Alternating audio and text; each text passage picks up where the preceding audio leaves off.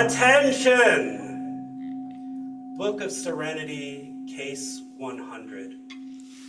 Langya's Mountains and Rivers. A monk asked Master Langya Jiao, "Purity is originally so. How does it produce suddenly mountains, rivers, and the great earth?" Langya answered, "Purity is originally so. How does it suddenly produce mountains, rivers, and the great earth?"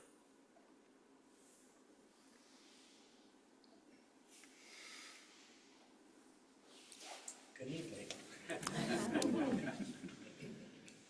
My name is Seiryu, and I want to begin by expressing my thanks for everyone in the room and everyone online for being part of my practice and for letting me be a part of your practice.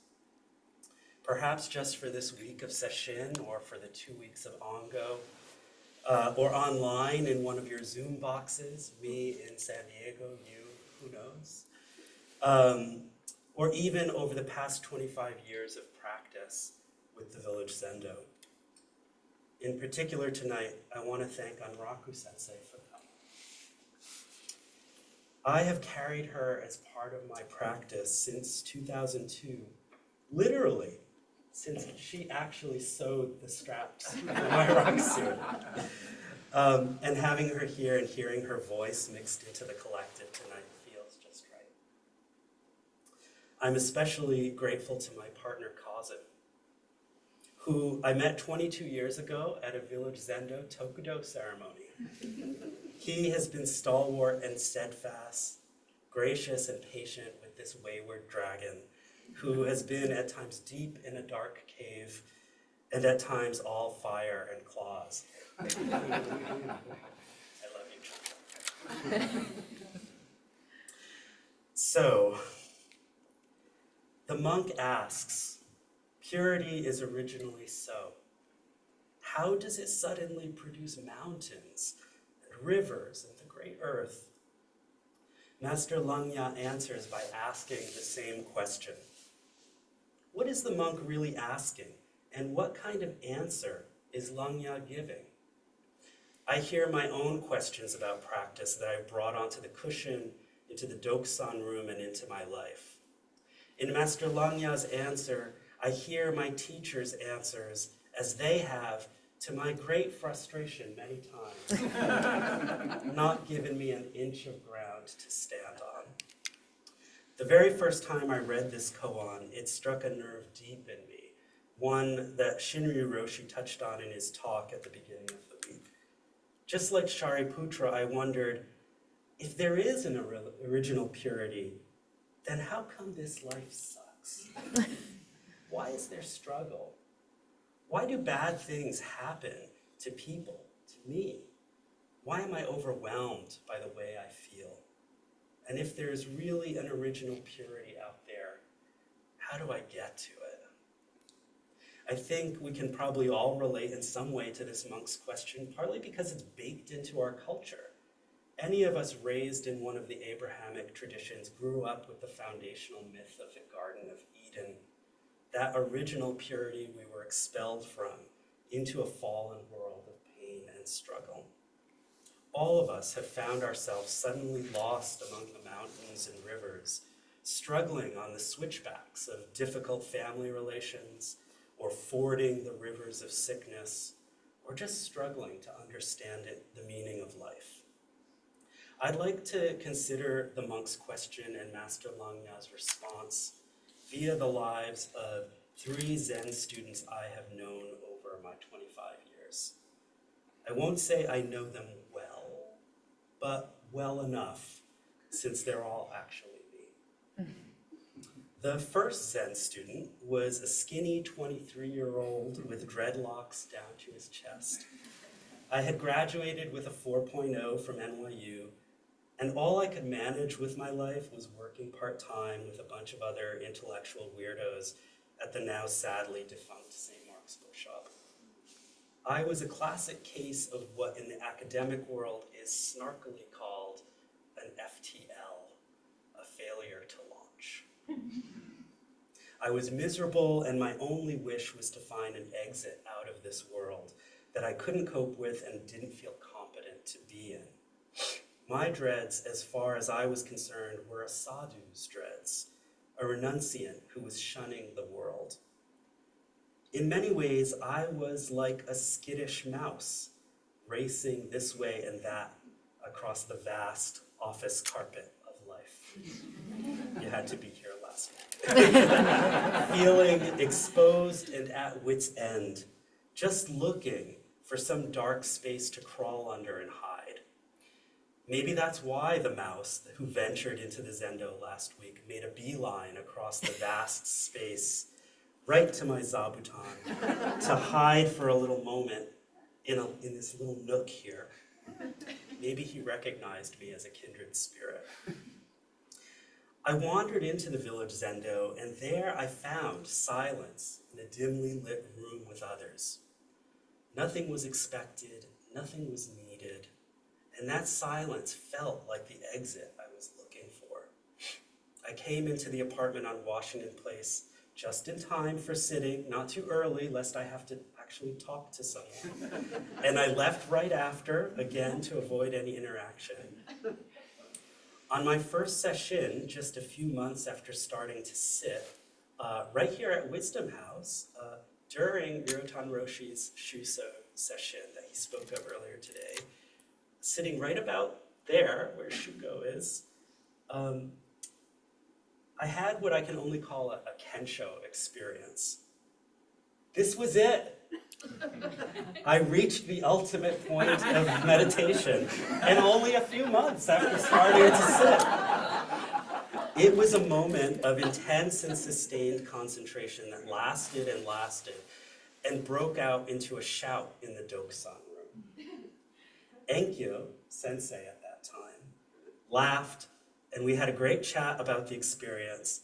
And then, just as I thought I had opened that exit door I was looking for and walked through from the mountains and the rivers into that pure place, she slammed it shut by advising me to let it go and not get attached to it. I got attached to it. I spent years trying to find that exit again in my sitting practice and never encountered it another time. If Admiral Akbar from Star Wars was a Zen teacher, he would have said, "It's a trap."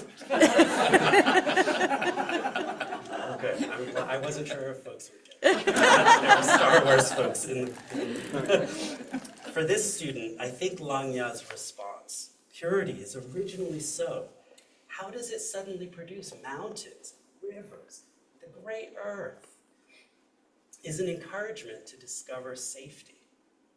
I think he's saying, you are afraid of the towering mountains and the great rivers flowing off of them.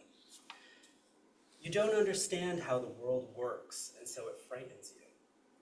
But look at how beautiful they are, and how the mountain minerals carried in the river's water down into the valleys nourish you. Little mouse, what you take for imposing mountains are merely Zen students on retreat. Probably there is no place safer for you to be. And I think he's also offering companionship to the monk, saying, by repeating the question, I know you suffer. I also suffer. At that time, I encountered the world as something out to get me, and the Zendo became a refuge for me just to survive. That first session Kensho experience was a trap, but at least initially, silence and concentration were like the Phantom City in the Lotus Sutra, a lure to keep me coming back to the cushion, little by little relaxing into some kind of understanding that a way of being in the world was possible. Fast forward 2 or 3 years, and the second Zen student arrived. My head was shaved, I took Jukai, I became Seiryu, and I wanted in. Instead of yearning for an exit from the world, I finally felt comfortable feeling a part of the life of this place called the village Zendo. It was as if the mouse had chosen one mountain in the landscape and was determined to climb it. For this second student, that pure place was to be found at the tops of the mountains, at the sources or deepest points of the rivers, and each new roll at the Zendo felt like another step up the mountain, another river forded. But it wasn't easy. When things went well, I felt great. But when they didn't, things fell apart spectacularly. Early on, there was a time when I was altar usher, and I was so nervous and so flummoxed by the simple task in front of me that Enkyo sensei stopped the whole service and we started over again. But, like silence, these sorts of hurdles were also enticements to me. Each one mastered, or at least managed, was an achievement. You might call it merit badge Zen. But of course, there's a shadow side to gaining a sense of competence. Judgment. Why is that person doing it that way? Why is that person still eating? That flower arrangement is tacky. That person walked into the bathroom with their rakusu on. I thought this was a silent retreat. Why are so many people talking? There was a brittleness to practice, a harshness like the one that Jisei spoke of earlier this week. I think I was a pill, and precious, and annoying. Every mistake on my part was a calamity because practice had been about doing things correctly. And if I did them incorrectly, then what did that say about my practice? For instance, and Kaza might divorce me on the spot here for telling this story. The summer after I took Jukai, a year after we first met, we went on a camping trip to Provincetown with all our stuff loaded in our car. When it was time to head back, we threw it all in the back seat, and I put my rakusu in its case on top of everything. Then, as we were driving, under unclear circumstances, shrouded in mystery to this day, Kazum's coffee cup in the holder of the central console went flying through the air, and it all landed on my rocks. When I told this story to some of the Jukai recipients a day or two before they took Jukai and received their own rakusus last week during a Samu project, they all gasped. Did you break up with him? Clearly, I didn't. For me, whose conception of practice rested on pristine correctness, on purity, you might say, this moment burst like a volcano out of the earth and rose up into Mount Doom. Shortly after, at a summer session, I went in near tears and full of shame to Enkyo Roshi to tell her what had happened, waiting to be reprimanded for my carelessness. Just use a stain stick on it, she said nonchalantly, but also a little like shooing away an annoying fly. If there is a stick more powerful than the kyosaku for waking a Zen student like me up, it might be the stain stick. I used one on the white back of my rakusu that had been stained brown and then patted some water onto it. You know that indelible ink used to write the verse of the Kesa and the date you took Jukai? It immediately pooled up in clouds and swirled across the white expanse. Poor Seiryu. The rivers truly flooded his life that day. I tried carefully rewriting over what had been clouded as if nothing had happened. But within a few weeks, those letters too, over and over, For years, I tried this, and over, the words stubbornly undid themselves. The stain stick is one of Manjushri's fiercest weapons. The only words that didn't muddy were my Dharma name in Chinese characters and Roshi's name. For years, even up until a few years ago, I hid the back of my rakusu as a mark of shame, as the scarlet letter that would publicly indict me as a bad Zen student. But why? Uh-oh, that's a problem. Well, this rakusu incident is a paradigmatic symptom of my practice over the years, at least in those years, aiming for spotlessness and making a big mess. Even so, I began to take on bigger roles at the Zendo, organizing zazenkais, leading tangarios, hosting rahatsu sits. But with each supposed step up the mountain, my stress increased at being in some way an imposter every time I got something wrong. If Admiral Akbar Roshi were around, you know what he would say. It's a trap! And it was, because then my life took me away from New York City to Ohio in 2008. There was no distance practice, but I somehow expected that nothing would change.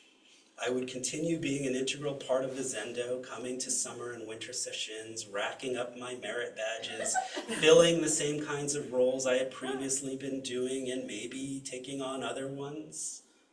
The same kind of roles that I was mistakenly using to validate my practice. But retreat after retreat, I'd be given what I felt to be like more and more marginal roles. And so I would feel increasingly bad about myself, having tied my sense of the state of my own practice to my service positions in the Sangha. At this point, it might be worth remembering the monk's question and the mountains, rivers, and great earth. Where do they come from, these towering obstacles, the currents that wash away? The coffee didn't ruin my rakusu. My service positions when coming to retreats didn't ruin my experience. All of this was in my own mind, a great earth of troubles. Here, I'd like to point out that at no time was I honest with the teachers in interviews about what was going on with me. After all, I was convinced there was something to uphold, to protect, to attain.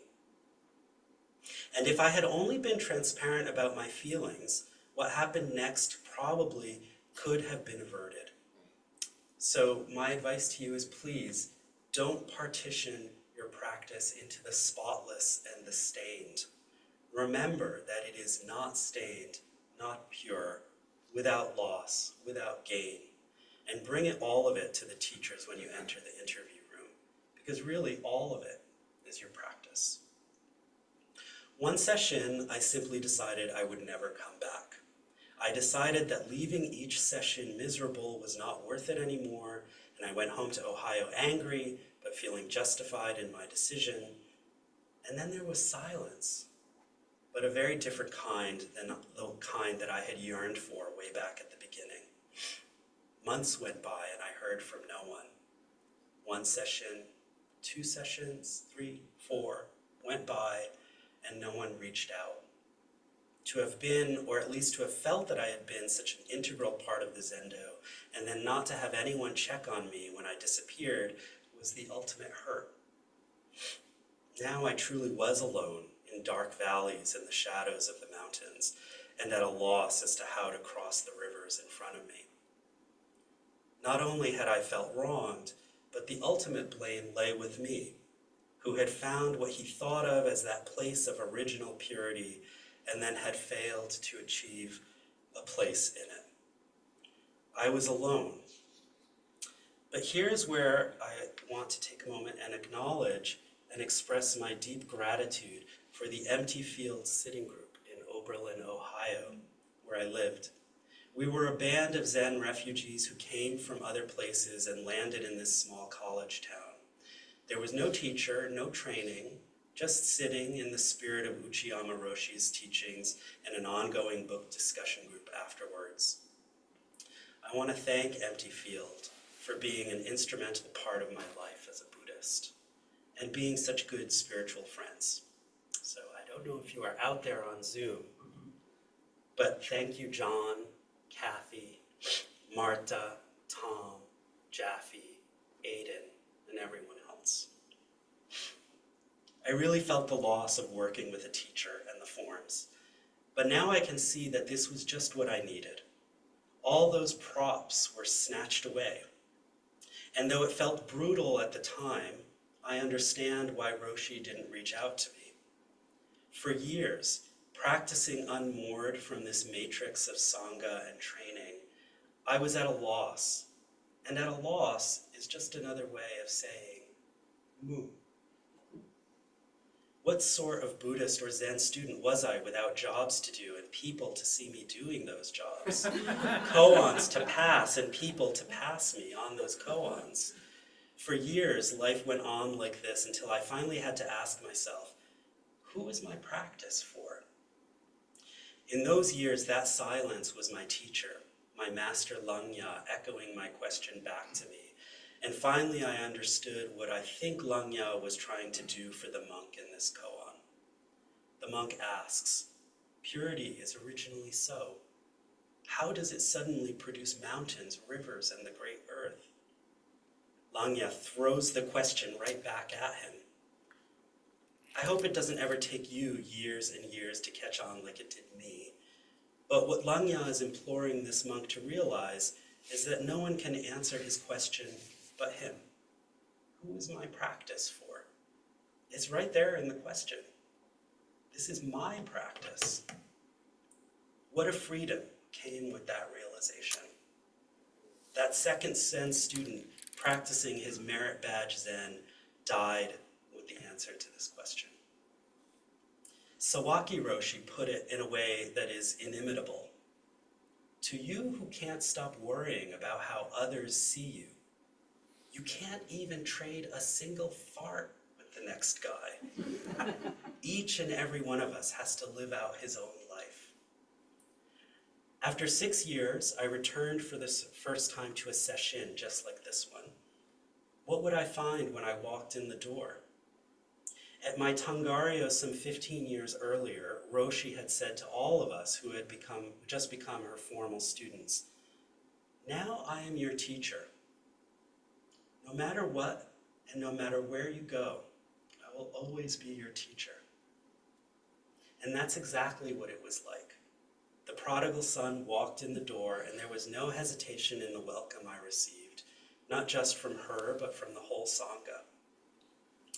I hope no one here or tuning in online ever leaves the village Zendo, but it does happen for all sorts of reasons. And if that becomes your story, know with confidence that whenever you feel a call to return, the door is open. The third and final Zen student I want to talk about is more or less who I find myself to be now, sitting here.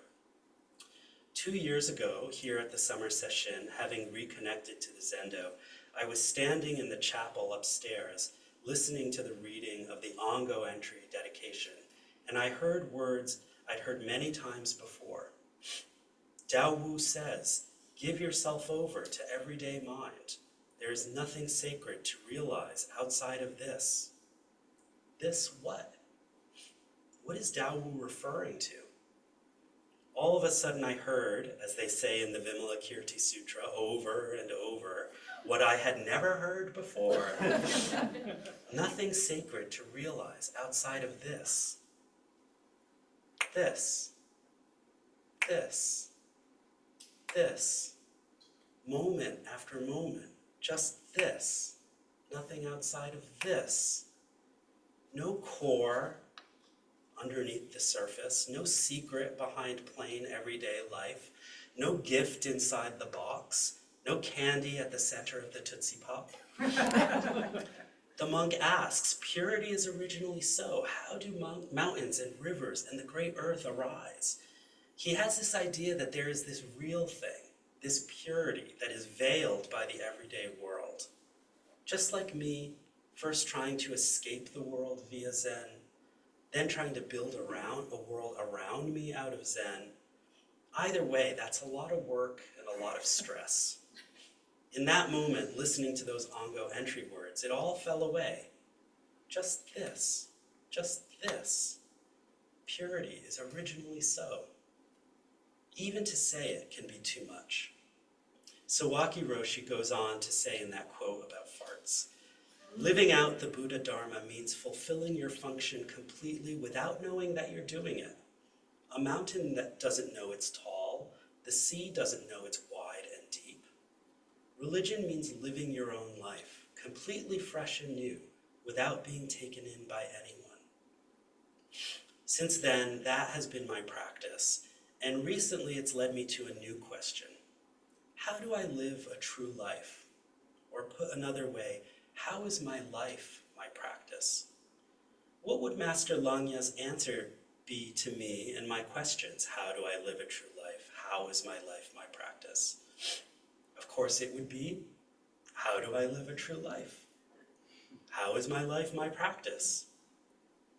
Your question, whatever it might be sitting here right now, is your question and yours alone. That's what Langya is saying by repeating it back to the monk, to me, to you. To take responsibility for that question and to work tirelessly to answer it is, I think, our practice. In fact, even my own answer to my own question is also insufficient. Either there will be more answering to be done, or the question itself will change. I've been thinking a lot about another koan this week, Kyogen's Man Up a Tree. In it, a man is hanging from a high branch of an impossibly tall tree by his teeth, clenching for dear life. A man at the bottom of the tree asks a question of the first man.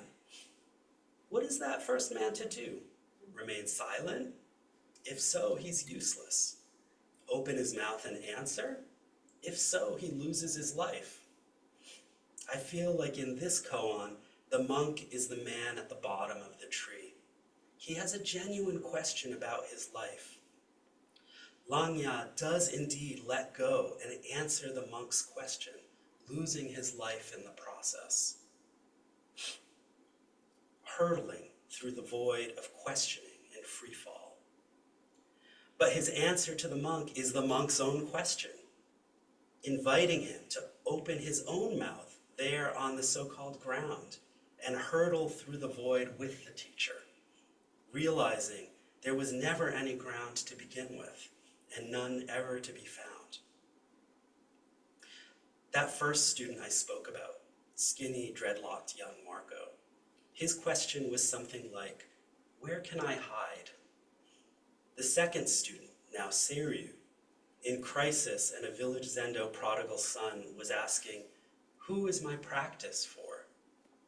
The third student, the one I feel I am these days, finds himself asking, how do I live a true life? How is my life my practice? If I'm lucky enough to encounter this koan again, I'm sure the question will take a different form.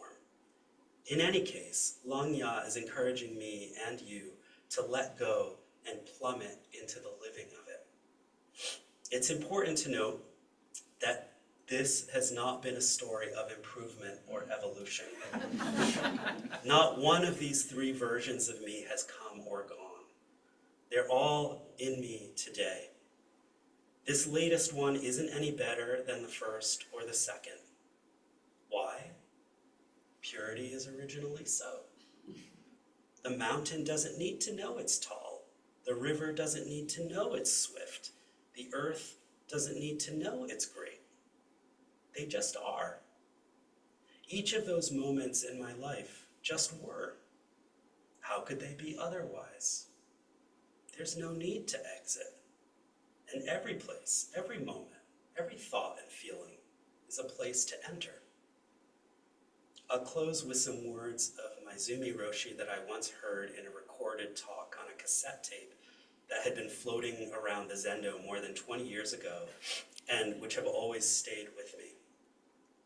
He said, in this inimitable accent, so I'm not going to do his accent, but he said, "Just live your life. In fact, no other way. What is your question? And how will you live it? Purity is originally so."